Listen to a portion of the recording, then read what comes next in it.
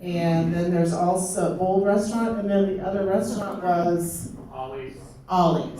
And I guess, is there a football game tonight? Yeah. Broncos, yeah. Oh. All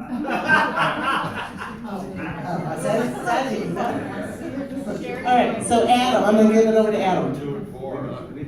Hey everybody, thank you very much. Appreciate the opportunity to come and talk a little bit about some data.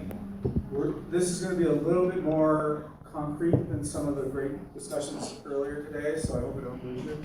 Could I have the next one, please? Okay, so what we're going to talk about, first of all, is just have a real quick snapshot about what changed between 2016 and 2017 at the state population data. We talk about some resources that we have available on our website. And then we're going to talk about demographic change. And then we're going to do a little exercise looking at some of the tools in 4 counties to give you some ideas of how you can use this data in your planning and the mechanics of developing a plan. So this is the big picture. Last year, the United States gained 2.3 million people, grew 0.7%. Colorado grew twice that fast. And that population change is almost all migration. Okay? And we're the 9th fastest growing state, 8th in total growth, and then in terms of just real basic population distribution, we are considerably younger than the state as a whole. Excuse me, than the United States. The state as a whole is younger than the United States. How's that? Okay, so we have our State Demography Office website, and right here in the popular items list is a page dedicated to y'all. So, you can fire up the website, please. Come on. Click on resources. There we go. Usually it doesn't look like that. We're pulling a lot of bandwidth. Okay. It's still swirling. All right. No, it's not even swirling. It's not swirling. Okay. Okay, so anyway, on this page, as you can see, we have several links that will, some of them download Excel files that have got aging information organized by the C4A regions that show population pyramids and show what we call the generation by single year of age data that we're going to talk about here. Okay? There's also links to resources on our website that will show you information by county. County is the most common unit of data analysis that we use. There we go. No. There we go. Okay. So, you got your map, you got your population estimates by region, population pyramids, the age projections, and then age animations by county, the current American Community Survey web map, which gives you a tremendous amount of data, not only at the county level, but also all the way down to the census tract. So if you feel that you need that information, you can get a hold of it there. Additionally, we have net migration patterns for Colorado counties. I have to say this again. The biggest change in Colorado population is through migration. Okay, it's net migration. It's the difference between the people moving into an area and the people moving out. And this, you can get that information on that link. And then if you're really into understanding the nitty-gritty, like who from which county in Colorado moved to another county in Colorado, and same thing nationally, we have the county to county migration flow state. Get back onto the There we go. All right, next one. All right. So, when we talk about population, we talk about three processes: births, deaths, migration. Births are not a big issue here. Okay. So what we look at really is death, which is pretty constant within an age cohort.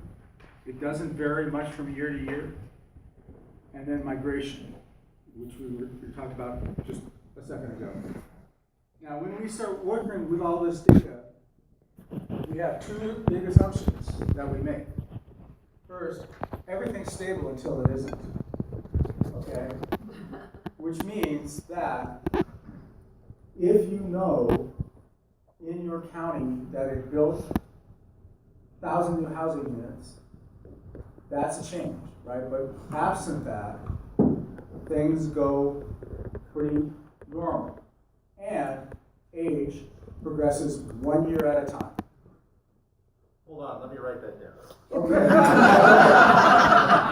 You laugh. But I've had people ask me, what's the difference between, how much did the 65% 65-year-old population grow this year? Well, look at the 64-year-old population. That's how it goes, okay? And the other point is that demographic data is necessary, but it's not sufficient, okay? The information that we're going to provide, that we're going to talk about here, will just give you some ideas that you can look at further. So don't fool yourself into thinking that changes in age distribution is an end in itself. You really do need to provide context to that data. We can help you with the age distribution. We can't help you with the context because we don't have that kind of information. We can help you, talk to you about what things you might want to look at, but we can't, we don't have my favorite request. I had a developer who was going to open a gym in Grand County who wanted to know the proportion of people 65 and older who are extreme athletes. I said, well, we can tell you about the 65 and older, but the extreme athletes, we can't. So, a lot of that information, occasionally you'll hear us say, well, that's a great question. Maybe you should look there someplace else, okay? So we're going to take a look at 4 counties, Grand County, Eagle County, Washington, and Mesa, just for this exercise. And we want to help to understand future change, we want to understand the impacts of migration, and try to put all this into some context. And hopefully, we all know, if I can do this, y'all can do this. Okay? Because, in fact, you're probably better because you know what's going on in your counties beyond the population. So, this will be a starting point. Get going. Okay, so these are the counties, right? The reason we chose these particular counties, first of all, because Grand and Eagle, we expect to see a large increase in the 65 and older population by 2025. But Grand and Eagle are wildly different counties, even though they abut one another. And we'll talk a little bit about that. Washington County is out on the Eastern Plains. It's a county that is not growing a lot in its 65 and older population, but there are other interesting things going on. And then Mesa County, which is Grand Junction, is a county that is seeing population growth. And we wanted to just sort of look at all those differences to help you get a sense of how you make sense of this data. Okay. You can thank Todd for this. Todd asked us to generate population pyramids. I want to go through a real quick demo of discussion about what a population pyramid is. You can download this from our page. A population pyramid shows percentage by age, percentage of the population by age by gender. the way it's laid out is that typically females are here, males are here. Ignore the negative sign here. That doesn't mean that there's loss. It's just a function of the computer program to make sure that the males don't end up on over here. You see you have age up here. This is in 5-year increments. So you can, by following these increments, see how the population is going to change in terms of men and women for a particular area. Okay, now this is, again, a long-term point about the composition of the population. The next question then comes up is how do you put that into context? And that's something I think we have enough expertise in this room to do. So when you take a look at this, what you'll notice, and this is region 12, that the majority of the population right now is between 25 and 35, right? As you project this population forward, these blocks will move forward as people get older, okay? Now this is just composition. It doesn't take into account migration.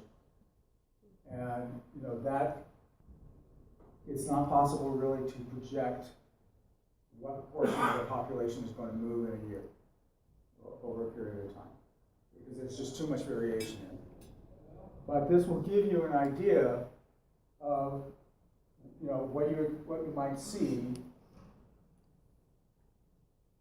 Okay, so right now, 65 people who are between 60 and 65 is about the same proportion of men and women, right? As people get older, you expect that to change, and that will have impacts on a lot of things. There's a lot of talk here about workforce participation. Workforce participation is gendered, and there are different issues that you need to make sense of when you see how those populations, how those percentages are changing. Now this is our age animation chart. Okay, so this bar right here is an arbitrary bar that says 65. Okay, these are single years of age. There are 10 of them between 60 and 70, right? And this is the count. So, as you're, say, looking at what the population is going to look like in 4 years, you just need to look at 1, 2, 3, 4. Okay, that number. And also, when you look at this, you see a common pattern amongst the baby boomers. Yeah. We are expecting to see a net increase in their population until it's 2018 minus what? 10. Okay. So by 2020, 28, we expect to see a slight decrease in the population, that are 65 and older, followed by multiple changes as people progress. We see the same thing when we look at migration patterns. This is net migration. This is the difference, again, between the people who move in and the people who move out, okay? When it's positive, it means that more people are moving in than moving out, okay? As these values get closer to 0, it means that that differential is smaller, but it's still positive. Now we'll see some examples where it's negative. And you can, again, number, age, and you can make sense by incrementing this forward, just to get an idea about how that population is going to be changing because of age. Okay? All right. So this is Grant County. Grant County is about to see a big increase followed by a kind of 15-year net decrease in population as we go forward. The next one. Additionally, what we see here is that even though we projected that there's going to be a growth in the population over 65 in Grand County, it's a very narrow period. It's about 10 years, and then you start to see years where more people are moving out of Grand County than moving into Grand County, which makes sense when you think about Grand County. Class. Grand County is mostly rural, okay? Its focus, it has a great hospital, but its focus is on skiers, because that hospital is at Winter Park. There are transportation issues, there are housing issues, not only with just supply, but the majority of housing in Grand County are townhomes. Or, farmsteads, right? So those are things that you need to start considering when you think about Grand County. So Eagle County is completely different, even though those two counties touch each other. Eagle County is more urban than Grand County. There's Frisco, there's Silverthorne, there's Dillon. And we're actually... Fail. That's Summit. No? Okay, Yeah. I got the wrong one then. Okay, well then, but let's go forward. Go to the next one. Here, what we see is a real, more typical distribution for counties that have, that are up in the mountains. We see this big increase net migration for people in the 20s and the 30s, followed by really a general pattern of out-migration going forward. So that implies a different set of concerns, a different set of program responses for Eagle County versus Grand County, right? Eagle is Vail, right? Yep. Yeah. Vail. So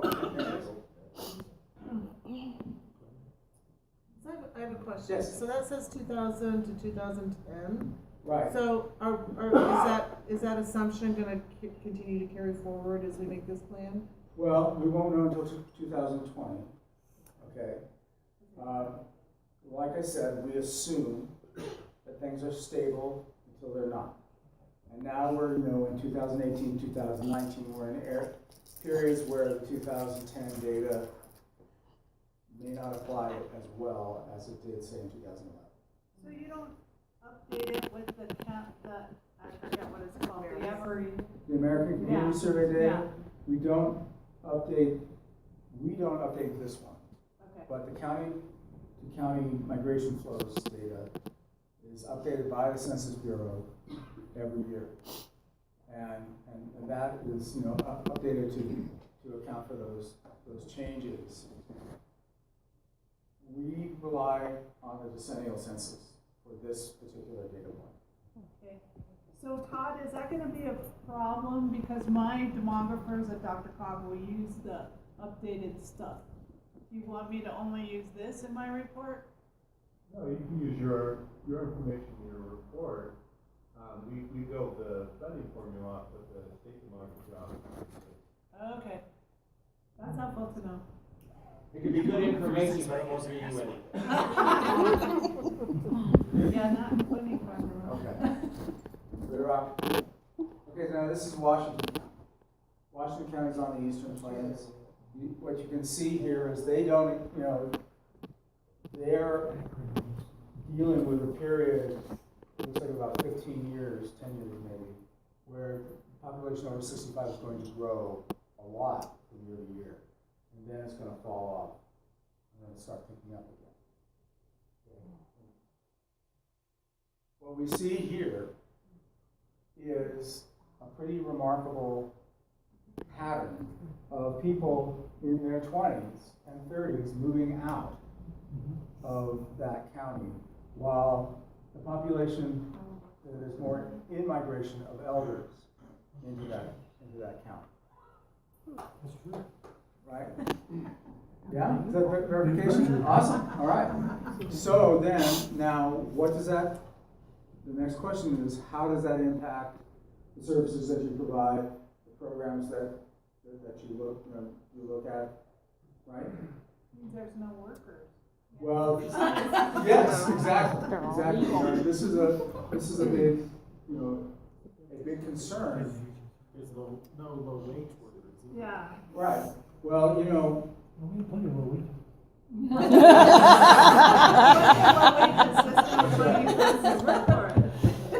Oh, that's right. okay, now this is Mesa County, this is Grand Junction. Again, what we're seeing, again, this pattern of in the 10-year period, we expect to see the number of people who are age 65 increase, followed by periods where there's going to be a decrease, less change going on. Mesa County is interesting because it is growing.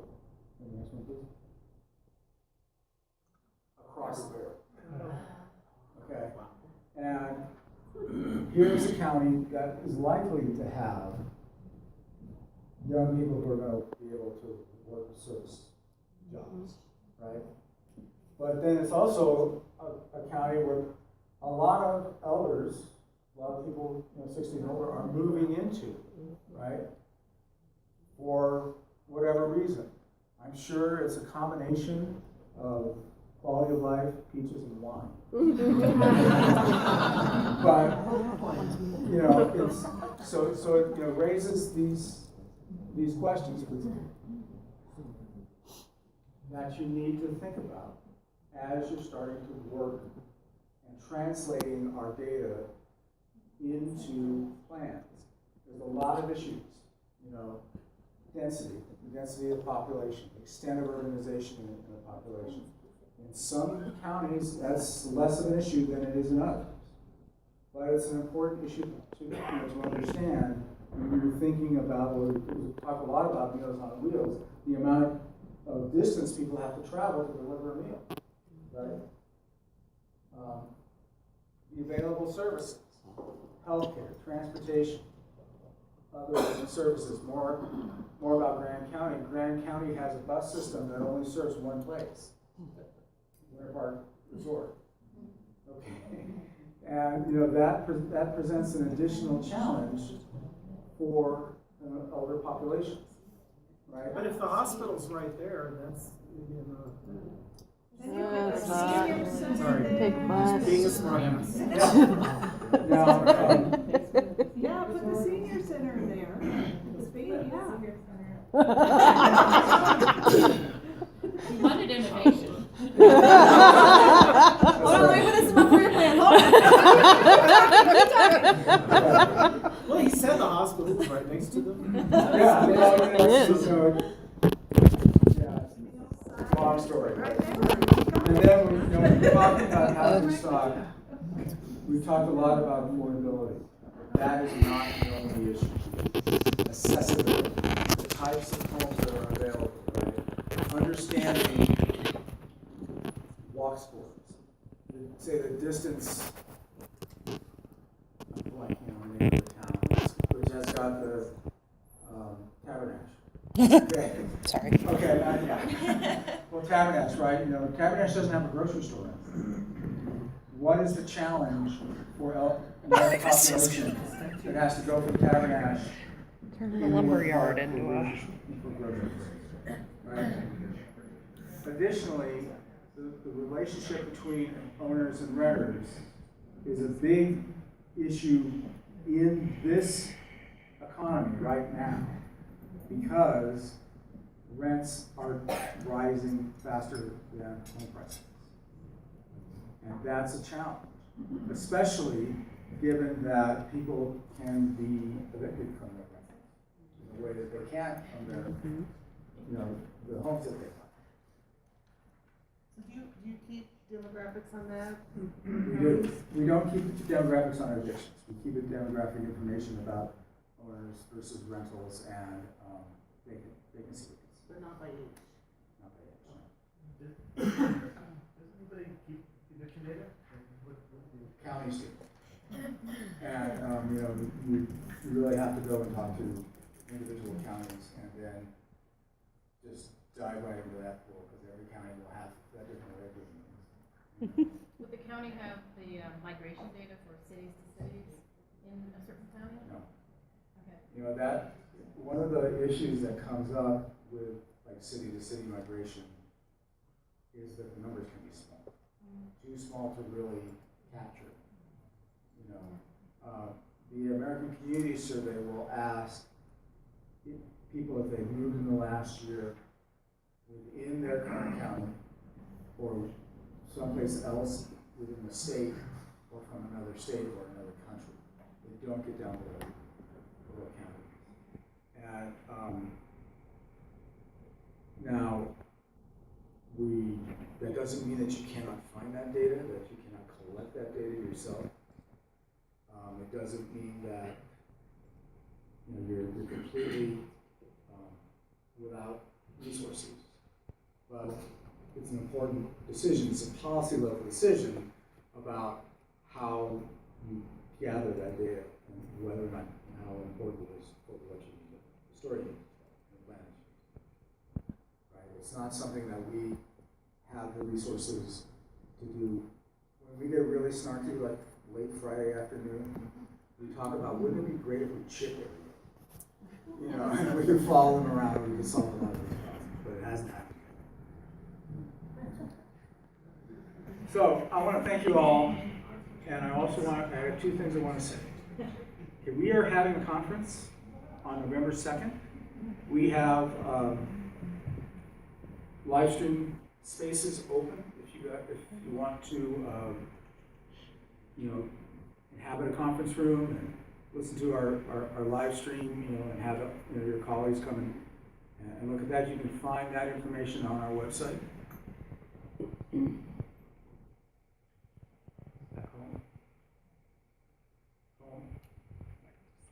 Home. This is not take you home? Well, that takes you to the DOLA home. We gotta go back to, go back home. Now hit home. That'll take us there. Up, Can't go up. down, I mean, whatever. Stop. Right here. Communication, So this is the information here. It's $40. If you have members of your team who need real estate appraisal continuing education credits, you can get that, and you can sign up, come out and hang out with us. Okay? And always, I know you will distribute this this presentation. In the last slide is my contact information. Do not hesitate to contact us if you have questions. Okay? Especially, there we go. As we're getting closer to 2020. We may be calling upon you to help us with 2020 data collection, or help. That's not actually true.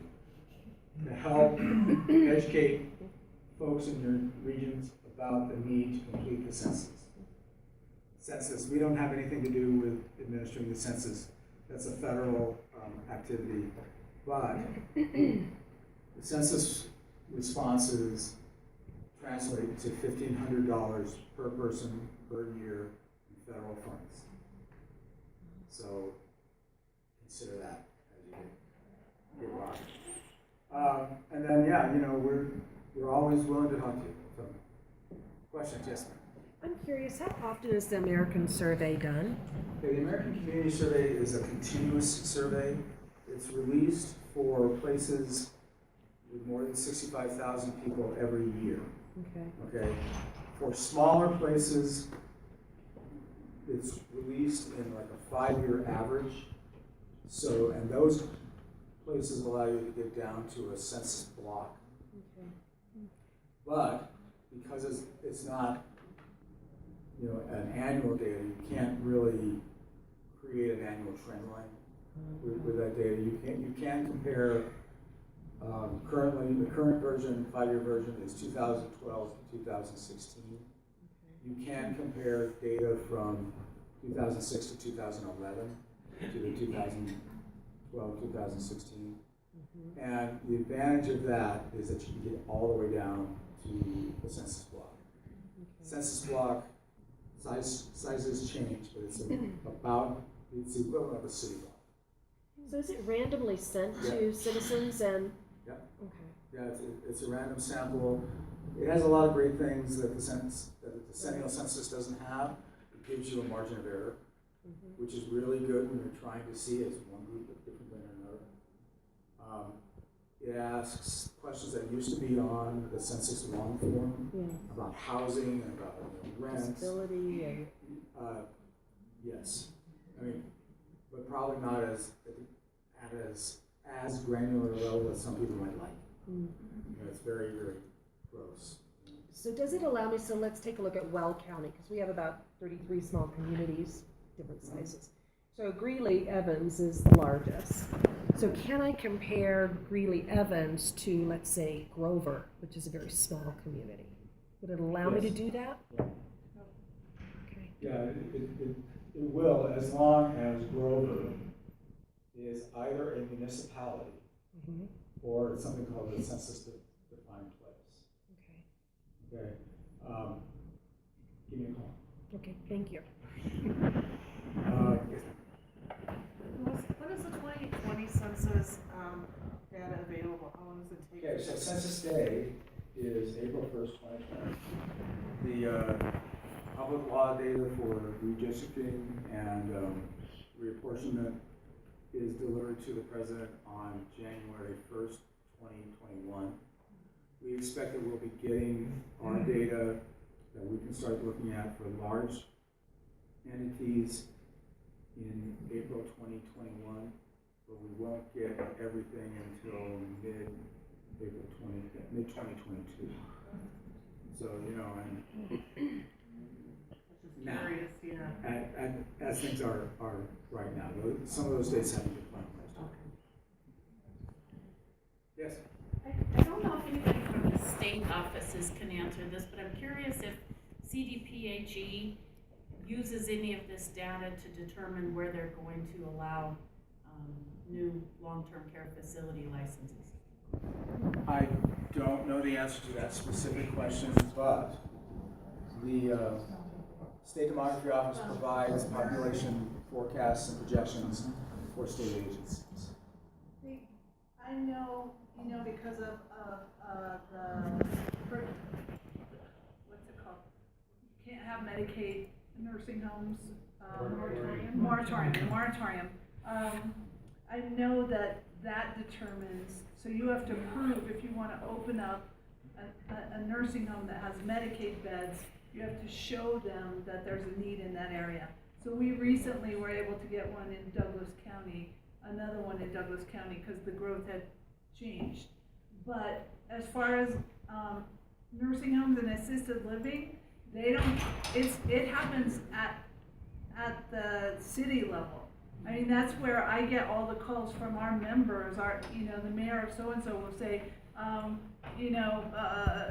What are we gonna do without these old people? well, no, they'll say, we have an application from Brookdale, should I do that? I'm like, I don't know. Well, they want information, they want information on should Brookdale has come and they want to build a building in their county or their city, and they want to know if that's something that they should do or not.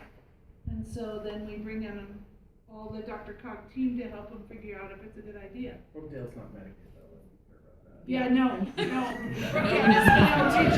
We jumped. Yeah, Brookdale is not Medicaid and Medicaid. For assisted living facilities, for sure, there is no certificate of need, no required. No.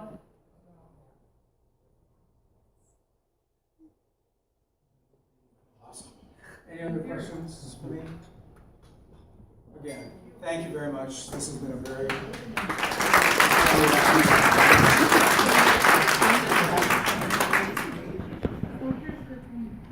So Todd and Mindy, any kind of closing instructions for our plan and opportunity to answer questions?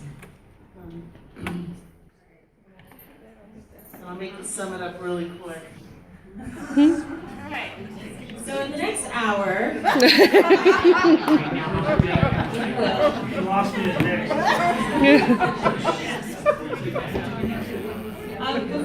Before we transition from the demography discussion, actually, Todd, can you talk a little bit about the data you already have gotten and given to the AAAs? Yeah. So earlier this week, I sent you all a link that the Demographer actually created. It's a one-stop shop for all the information they collected specifically for the area plan. So everything is there, and if we get new information, we'll add that to there.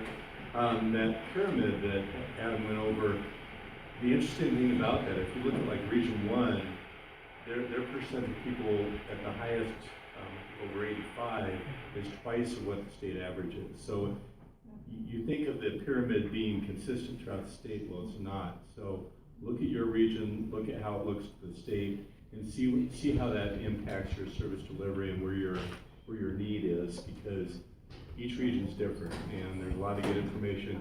There's a couple of interactive maps on there where you can enter your region, and it'll give you the data for your region. So it's pretty cool to play around with. And we can add more information. There's been some requests that we haven't been able to get because we don't have that data. One other thing, though, real quick, we do use Department of Public Health and Environment and a couple other websites to put all your meal sites on an interactive map. And so when you do your area plan, it is important to get your meal sites correct, address and days that you serve, because we can put that on a lot of different locations so that individuals that come across that website can find out where the meal sites are and when they serve. So make sure that's accurate. So I am going to do just a quick wrap-up thing and talk a little bit about the area plans and kind of my vision. And we talked earlier about, it really is up to you as the AAA. There's 16 of you. You have the basic instructions. Yes, you do have to give us that information, but what order you give it into us, whether you do 2 separate reports or whether you just do 1, that's entirely up to you. As long as you give us some sort of key to navigate what you put together so we can kind of pull and collect that information pretty quickly, that's all we care about. In our state plan, we might say something like, the differences we range from this to this across Colorado. I want to be able to pull up, the Dr. Cog plan, and then the Mesa plan, and then somebody else's plan, and just say, oh, cool, we got 3 examples. Actually, Laura's standing up, and she's probably the one that's going to do that work. So make her life a little easier and just help us figure out how to navigate what you put together. And then kind of a quick overview and recap is that you have a lot of information, as you all know, that is contributing to your plan. So you have the demographic data that Todd sent to you. If you guys come up with things that you think either collectively or individually that you want from the demographer's office, we would recommend you kind of go through Todd. That way, if it's a good idea, we can get it for all of you, and you don't have to spend hours on their website trying to pull it. We'll just send it over to Elizabeth and her crew and Adam, and they'll get it for us. So use that. Look at your demographic information. Play with it. If you're not a nerd, find a nerd, right? And see what it tells you. And then, of course, we spent a lot of time on CASOA today, so that's going to be a valuable resource for you all. And then there are countless other plans, reports, things that have happened over the past 4 years. We will certainly be relying on those, like the Colorado Aging Framework that the Commission on Aging and the department worked on, the SAPCA plans, those sorts of things. But feel free to pull from those for your area plans. And many of you have local initiatives and plans. So pull from all of these resources. And then, of course, you're vetting a lot of this through your community forums and your conversations, and then just your own knowledge and intuition. These are all things that as you're putting your plan together, you know what's rising to the top. So use all this information to kind of put something together that makes sense for you and your community. I am starting to kind of identify some overarching themes for our state plan. We still have a ways to go, so we haven't identified what those exactly will be. But they will be things like evaluating the impact of our services. I can't see us doing the next state plan without kind of talking about that. The discussion around outreach and promotion and targeting of services, that's definitely going to be a common theme. And then some other kind of different themes like diversity and the urban-rural challenges in Colorado and things like that. Those are things that showed up in our last plan, and they're definitely probably going to be themes in our plan. But we're really going to rely on what you all put together as AAAs for your area plans. And also, we are, tagging along here today. We're coming out and participating in your community forum. So we're hearing kind of what you're hearing as you're hearing it. So that's sort of how we're collecting the information. I think that was kind of all I had as far as like a high level kind of thoughts, advice, guidance from us. You kind of get the theme of where we're going with this and what the value is. I think ultimately we do want to make sure that your plans and of course our state plan are reflecting our needs, but also useful documents. So, Todd, what did I miss? Got it. Do you guys have any questions about the instructions? Erin? It's a pretty technical question. I need some more definition on what a focal point is. The definition is really vague. So I looked at some of the other regions, their last or actually their current, and it's all over the board how people, what they included as their focal point. So can you give a little bit more direction on that? Define it, maybe. Courtney's not here. What section is that in? It is, I think it's an addendum, it's worksheet C. I actually have what volume 10 defines it as, which is actually what, if that's why you were gonna bring Courtney into it. Volume 10 says that focal points, that as AAAs, we should include information regarding access, including transportation to focal points. So once I read that, I was like, oh, I'm gonna be real careful about what I list as a focal point. So I'll tell you, the Older Americans Act uses the word focal points. That's their creation. So a focal point, all senior centers are focal points.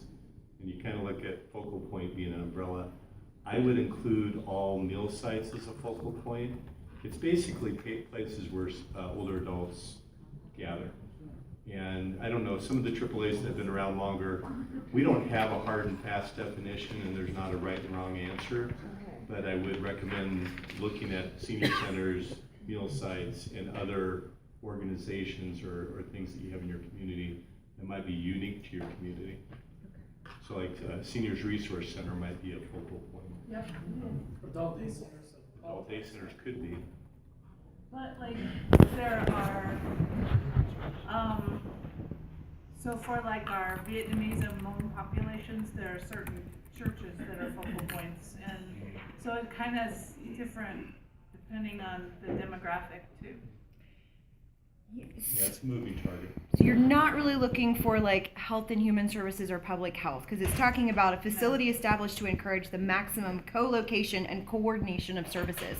So if I'm looking at coordination of services, and it's great if it's not, that's why I wanted a little bit more definition. And like I said, there's not necessarily a wrong answer to that. It's how you identify it in your region. Cool. We have to report that in the NAPIS report annually, and that's always vague. So we don't. Well, and if that's all you have, if there's not a lot more, then that might be appropriate to put it there. Okay. Thank you. Good question. Good question. I like that. That's a tough one. The other thing is we did do send out the waitlist information that's available on Seabreeze now. It's very important that we start collecting that information. My concern is what we have right now in terms of a wait list isn't really an indicator of what the wait list is. I think what happens when a provider can't provide a service, there's a tendency to not set up a wait list because they know they can't provide a service, and that mindset needs to shift. So we need to identify people that we're unable to serve either because the service isn't available or because the funding's not available, whatever reason. But the more we can quantify that, the more we can show that we don't have funding to meet the need. And when we don't have the need, then it's hard to justify additional funding. Any other questions? All right. Well, I think that we leaving early, which is great. It's been a full day, and Does that mean we do wait lists for services we don't great have? conversations. Oh, Erin. Can I get a raise of hands of how many people are coming to Bold so I can change our reservation? If you think people aren't gonna leave. So just out of curiosity, how many AAA directors here have never done an area plan before?